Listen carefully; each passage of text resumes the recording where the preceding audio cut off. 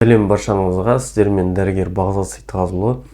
Бүгін біз сіздерменен мынау бауыр мен өт қалтасын тазалайтын, азан менен тазалайтын осы кашалар менен жалпы дұрыс тамақтануды сөйлесетін боламыз. Осы туралы қазіргі таңда адамдардың көбісі азанда не жеу керек деп сұрап жатады. Сол себепті мен сіздерге азанда не жеу керек екенін, немесе қандай кашалар жесеңіздер болады жалпы бәрін айтып түсіндіретін боламын. Егер осыны жасайтын болсаңыздар, сіздің денсаулықтарыңыз жақсы жаққа қарай ауысатын болады, денсаулықтарыңыз жақсы болатын болады. Құдай қаласа, сол себепті осы заттарды жасасаңыздар болады. Жалпы мен 5 зат туралы айтатын боламын. Бастамас бұрын каналға тіркеліп лайк, комментарий жазып кетіңіз, ал мен бастаймын.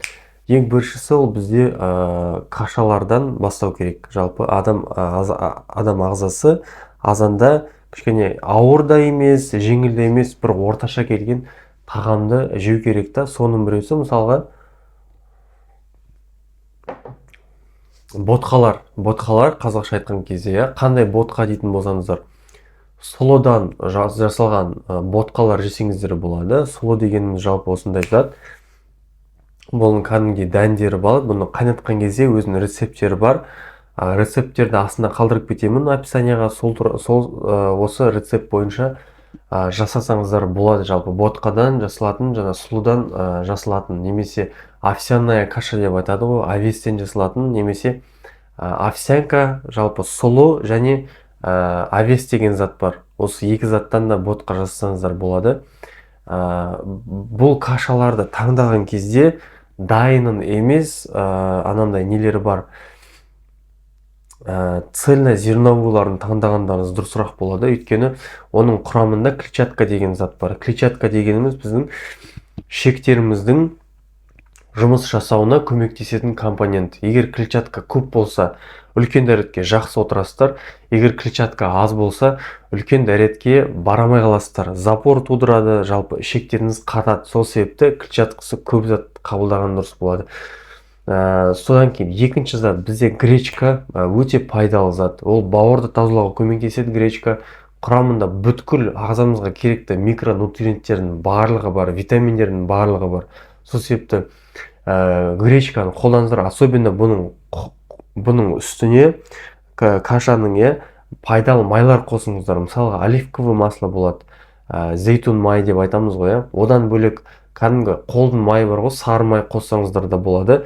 Сол кезде кашаңыз одан да дәмдірек және одан да пайдалырақ болады. Жалпы гречка деген зат өте жақсы, особенно азанда жесеңіздер. Бұл бізге белок және бір жағынан энергия да беретін болады. Үшінші зат пшенная каша деп аталады. Жалпы пшенный ботқалары, бұларды тоже қайнататын болсаңыздар, май қосатын болсаңыздар, азанмен сіздерге жақсы энергия береді. Бүткіл жаңағы витаминдерді береді ағзаларыңызға. Және ең жақсысы, бұл кашалар біздің бауырымыздың тазалауына көмектеседі. Өйткені бұл құрамындағы заттар бауырға және өт бөлуіне өте жақсы көмектеседі. Сол себепті осы заттарды қолданыңыздар. Содан кейін төртіншісі, тағы клетчатка қолдансаңыздар болады. Жалпы азанда не жеймін дейтін болсаңыздар, адам ағзасы негізі барлығы индивидуалды түрде бір затқа үйреніп қалған болады. Мысалы, қалада тұратын адамдар мен ауылда тұратын адамдардың айырмашылықтары болады тамақтануында именно. Егер мысалға қаланың адамы ауылға барып тамақтанатын болса, ауырып қалуы мүмкін. Немесе жаңағы ауылда тұратын адам қалаға барып тамақтанатын болса, тоже ауырып қалуы мүмкін. Өйткені тамақтары бір-біріне келмеуі мүмкін да. Мысалға ауылдағылар кішкене более натуральный заттар жейді ғой, соған ағзалар үйреніп қалады. Сол себепті мен айтпаймын именно осыны ғана же деп. Жалпы өзіңіздің тәбетіңіз тартып тұрған затты жесеңіздер болады. Бірақтан самый главный принцип бұл жерде жатарға көп тамақ жемеу керексіздер. Азанда жақсы тамақ жесеңіздер болады. Мынау кейбір дәрігерлер айтады, мысалы, азанда хан сияқты тамақтан дейді. Кейбірлер айтады, азанда вообще тамақтанба деп айтатындар да бар. Бірақ мен айтатыным, орта жол ұстану керек. Қатты ауыр да, қатты жаңағындай түк жемей қоюға да болмайды деп ойлаймын. Өйткені азанда бізде өт қалтамызбенен жаңа бауыр функцияларын орнына жаңағы іске жұмысқа қосу үшін тағам обязательно керек, азаннан бастап питание керек та ағзаға. Сол себепті осындай заттарменен бастасаңыздар болады. Клетчатка жеңіздер. Клетчатка мысалға салаттарда азанда авокадо деген зат бар. Авокадо, творог мысалға, зейтун майы деген сияқты.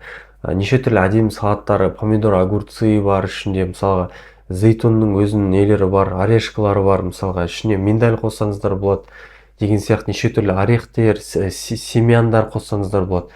Неше түрлі әдемі негізі завтрактар жасауға болады да клетчаткадан. Цезарь салат мысалға жесеңіздер болады. Тоже клетчатка құрамында көптеген ағзаға жаңағы көмектесетін заттар бар. Содан кейін пайдалы майларды ұмытпаңыздар азанда қолдануға, өйткені мына проктолог врачтар рекомендацияларын айтады, көбінесе азанда бір қасық немесе жарты қасық жаңағы зейтун майын ішетін болсаңыздар, азанменен сіздердің өт қалталарыңызды айдап, бірақ оны аш қарынға ішуге болмайды да зейтун майын мысалға. Өйткені аш қарынға ішетін болсаңыздар, ол өтті бөлгізеді. Өт көп бөлінгеннен кейін не болады?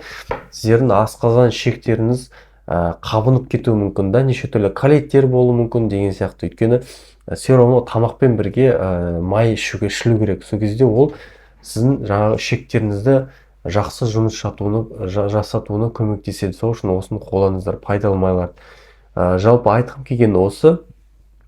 Егер осы видео сізге ұнаған болса, каналды тіркеп лайк басып комментарий кетіңіз. Сіздермен дәрігер Бағлан Сейітқазұлы. Келесі видеоларда көріскенше сау болыңыз.